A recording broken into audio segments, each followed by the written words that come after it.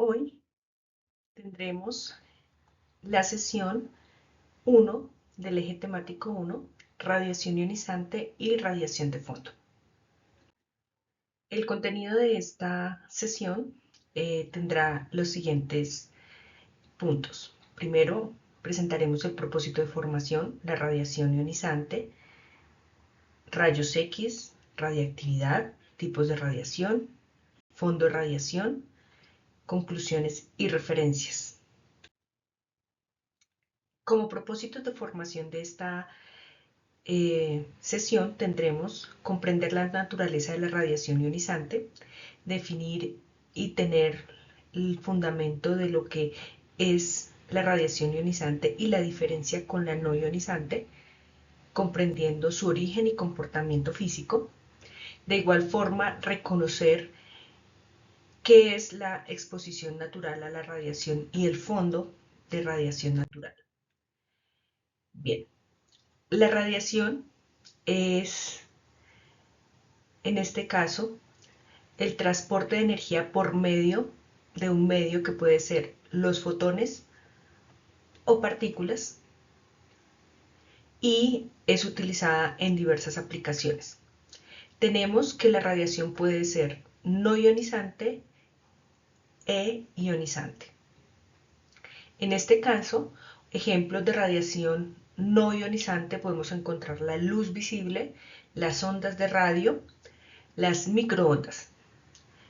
Los ejemplos de la radiación ionizante tenemos la radiación que se utiliza en medicina como para radiología, tratamientos de cáncer, en radioterapia y la radiación que se produce, por ejemplo, en los reactores nucleares para producción de energía o investigación, entre otros.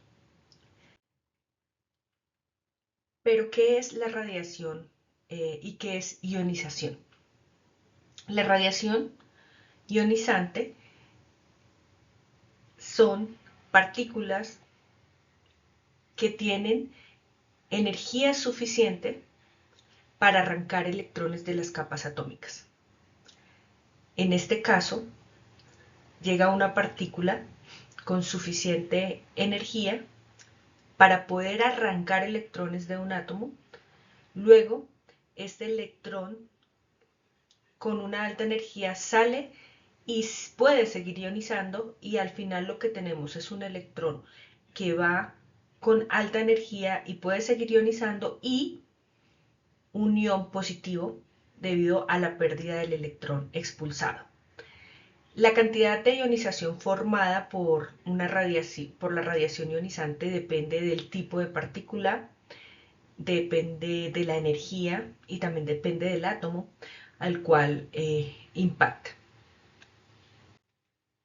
Tenemos que la radiación ionizante se caracteriza por tener una energía que permite quitar los electrones de los átomos. No con cualquier energía se pueden quitar los electrones de los átomos. Como mínimo tendremos una energía de 10 electronvoltios. Esto depende del átomo que se quiera ionizar. Pero ¿qué es el electronvoltio? Y es una unidad que vamos a seguir trabajando a través de este curso. El electronvoltio es una unidad de energía. Como sabemos, en el sistema internacional la unidad de energía es el julio, que está definido como kilogramo por metro sobre segundo cuadrado, pero esta unidad del julio se utiliza en escala macroscópica para indicar la energía de una persona o indicar la energía que lleva un automóvil. Sin embargo, a escalas atómicas, la unidad que se utiliza es el electronvoltio. En este caso, la energía de un electronvoltio está definida como la energía cinética que gana un electrón en una diferencia de potencial de 1 voltio. De esta forma, esta es la unidad que vamos a trabajar y para tener noción, sabemos que la energía que puede llegar a ionizar un átomo está en órdenes de los 10 electronvoltios. La radiación ionizante puede ser fotones o partículas con masa. En este caso, fotones con energía mayores a 10 electronvoltios. O en el caso de partículas, partículas que en general tienen mucha más energía, que pueden ser partículas alfa, que son originadas de los núcleos radiactivos y están formadas por dos protones y dos neutrones, realmente son un núcleo de helio. Las partículas beta que son electrones que provienen del núcleo inestables y neutrones que pueden provienen de núcleos inestables, es decir, núcleos radiactivos. Ya hablaremos más adelante de lo que es un núcleo radiactivo. Los fotones con energías mayores de 10 electronvoltios están en lo que denominamos el ultravioleta alto. Acá podemos ver el espectro electromagnético, que es la energía electromagnética, que son fotones, que parten de energías tan bajas como 10 a la menos 9 electronvoltios, que son las ondas de radio.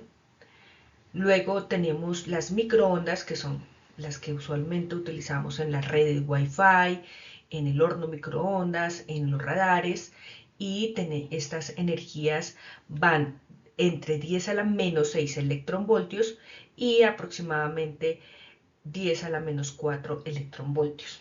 Luego continuamos con energías de fotones de infrarrojos, el visible y el ultravioleta alto, que viene ya a ser con una energía de 10 electronvoltios, que es a partir de la energía que puede llegar a ser capaz de expulsar, de arrancar electrones de los átomos. Tenemos el alto ultravioleta, los rayos X y los rayos gamma. Es decir, no todo el espectro electromagnético es ionizante, solamente la parte alta, desde el ultravioleta alto, rayos X y rayos gamma, que en este caso pues son energías mayores a 10 electronvoltios. Sin embargo, la pregunta que viene ahora es: ¿de dónde proviene la radiación ionizante? La radiación proviene de fuentes naturales, como la radiación cósmica, que son rayos gamma, protones que vienen del Sol o por fuera de nuestra galaxia. La radiación terrestre, que proviene de núcleos radiactivos y que pueden también ser incorporados a través de alimentos que consumimos o inhalados. Y además también proviene de fuentes artificiales que son creadas por el hombre para aplicaciones médicas, aplicaciones de generación de energía nuclear o para aplicaciones industriales y de investigación en general. Una pregunta que ahora sigue es: ¿desde cuándo el hombre descubre y entiende la radiación ionizante? Pues es bastante reciente desde que el hombre entiende y descubre la radiación ionizante. Tenemos, cierto, que hace 5.000 años está la vida y la vida humana. Sin embargo, solamente hasta 1895-1896 se entiende y se empieza a utilizar los rayos X y la radiación ionizante para aplicaciones, principalmente aplicaciones médicas. Ya en la época actual se utiliza para toda serie de aplicaciones, no solamente médicas, sino industriales, en ciencia, tecnología en general. Entonces vemos cómo esta radiación ionizante pues es reciente, su descubrimiento y su uso. La primera radiación ionizante descubierta y usada para aplicación y para generar imágenes de radiología fue reportada por el físico alemán Röntgen. Aquí vemos la primera radiografía reportada a nivel científico en 1895. Es una radiografía realizada a la esposa de Röntgen.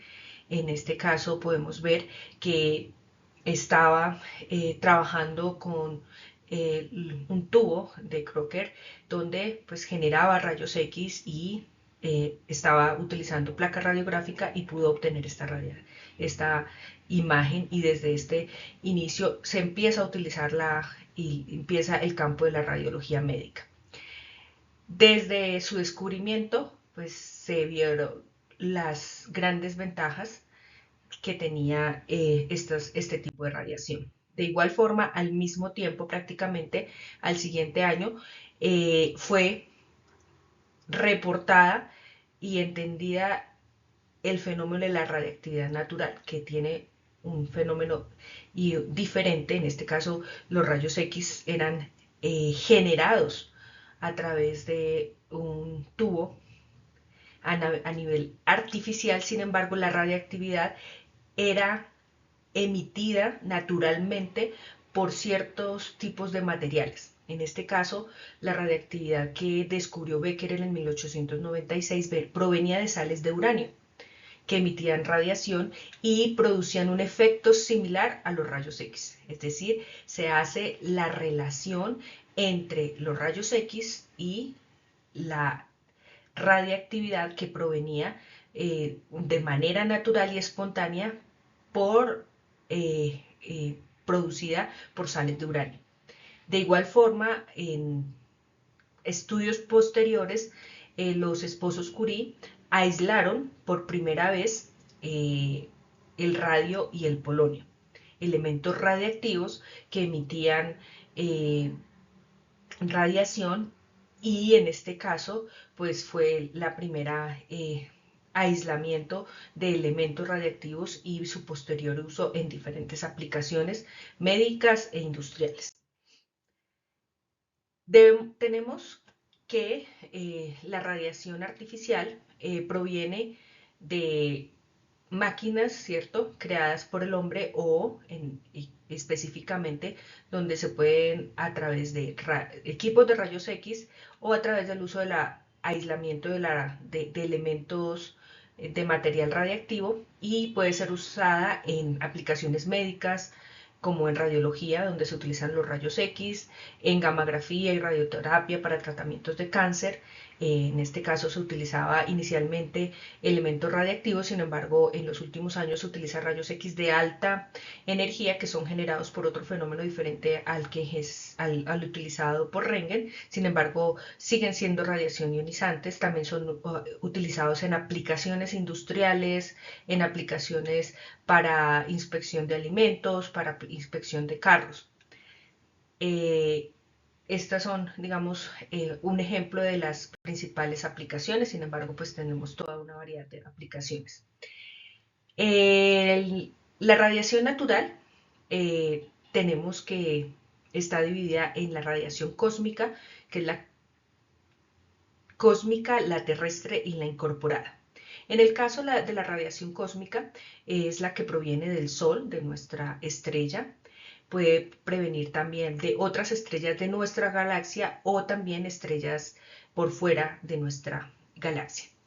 En este caso, esta radiación impacta en nuestro planeta y es atenuada a través de la atmósfera. Principalmente tenemos que la composición es los muones, que tienen una alta penetración, y en este caso tenemos que la radiación cósmica disminuye en función a la altura del nivel del mar. A menor altura sobre el nivel del mar, menor radiación. Acá vemos, por ejemplo, que a 15 kilómetros de altura la radiación cósmica puede llegar a ser a 10 microsievert hora, pero a una altura, por ejemplo, de 6,7 kilómetros, la radiación puede llegar a ser de 1 microsievert por hora, llegando, por ejemplo, a ser a nivel del mar 0,03 microsievert por hora.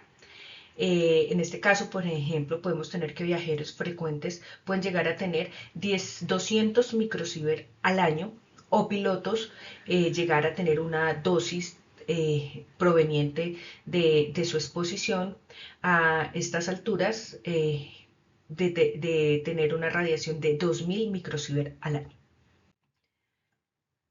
El otro componente de la radiación natural es la radiación terrestre. La radiación terrestre, que proviene de la radiación emitida por los diferentes elementos de la cadena radiactivas de uranio y de torio. El uranio y el torio están presentes y distribuidos en los suelos y rocas y agua del planeta, y dentro de sus cadenas de desintegración tenemos diferentes elementos que emiten radiación alfa, radiación beta, radiación gamma. Principalmente uno de los principales elementos radiactivos de estas cadenas es el radon, en el caso del uranio el radon 222 y en el caso del torio radon 220. Lo delicado del radon 220 es que es un gas y además emite partículas alfa. Las partículas alfa pueden llegar a tener energías de hasta 5 mega electronvoltios, son energías muy altas, y debido a que es un gas puede ser inhalado y producir una alta dosis. De hecho, el radon es el causante de más del 50% de la dosis natural y es un elemento que es monitoreado principalmente en Estados Unidos. Tiene una contribución significativa a la dosis de fondo natural. También el potasio es un elemento que hace parte de la radiación terrestre y que también se encuentra en los suelos y rocas y agua, es decir, aquí sentados estamos recibiendo radiación de los elementos de construcción que provienen de nuestro alrededor. La otra tipo de componente en la radiación natural es la dosis incorporada. Esta es la dosis resultante de la deposición de energía directa en tejidos y órganos por radionúclidos como el potasio 40. El potasio 40 generalmente puede estar en los alimentos. Comer una banana diaria produce una radiación, una dosis efectiva de 36.5 microsievert año.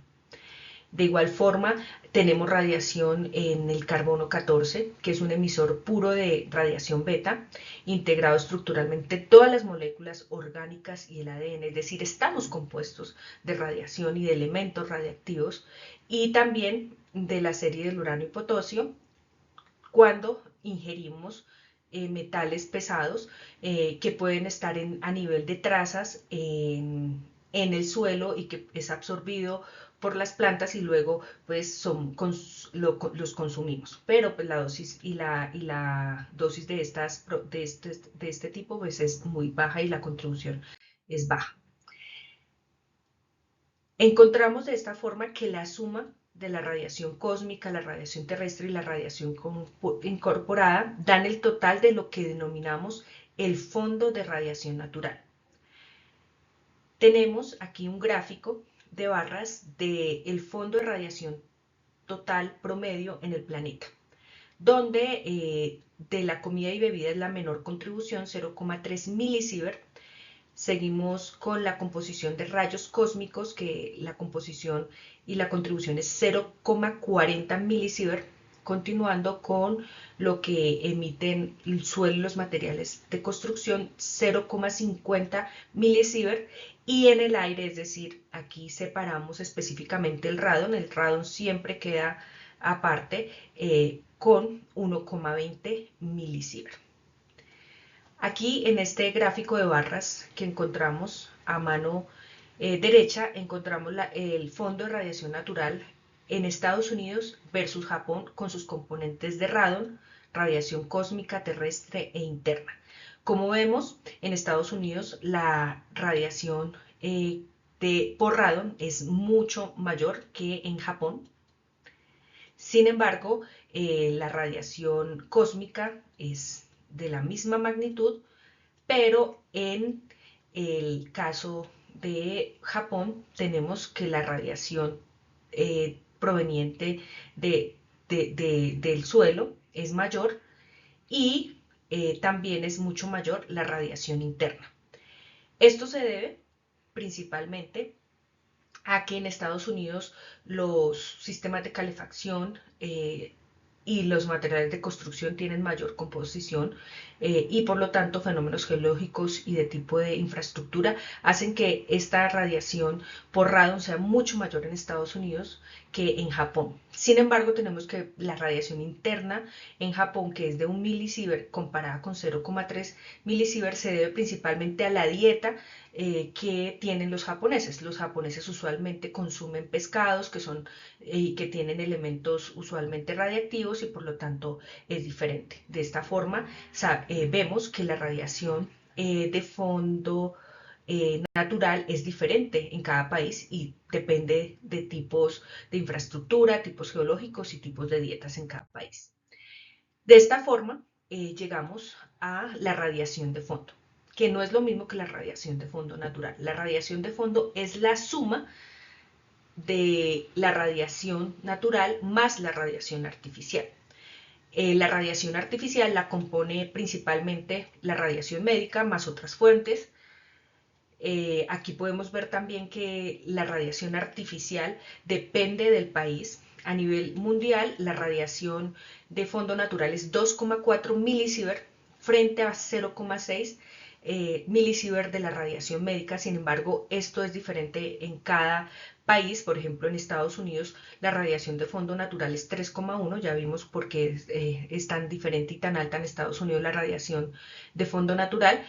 Sin embargo, la exposición médica también es muy alta en Estados Unidos por los accesos a toda esta tecnología que tienen los estadounidenses, más acceso a medicina nuclear, a más equipos en promedio por, por habitantes, por lo tanto, pues esto hace que se tenga más exposición médica en Estados Unidos. En contraposición tenemos, por ejemplo, a Japón, que tiene menos radiación natural, pero también la exposición médica es muy superior a lo que tenemos de fondo en promedio de exposición médica a nivel mundial, que es 0,6 frente a 2,3. En este caso, vemos que la suma de las contribuciones varía en cada lugar del planeta, principalmente por la contribución del radon y de la exposición médica. Acá podemos ver el diagrama de torta en cuanto a todas las componentes, donde aquí se suman las otras fuentes artificiales, además de la médica, y vemos cómo cambia esta distribución frente, por ejemplo, a Estados Unidos, donde la exposición médica puede llegar a ser incluso el 48,4% frente al 50% de la radiación de fondo natural. Por lo tanto, pues vemos las diferencias significativas en cuanto a la radiación de fondo.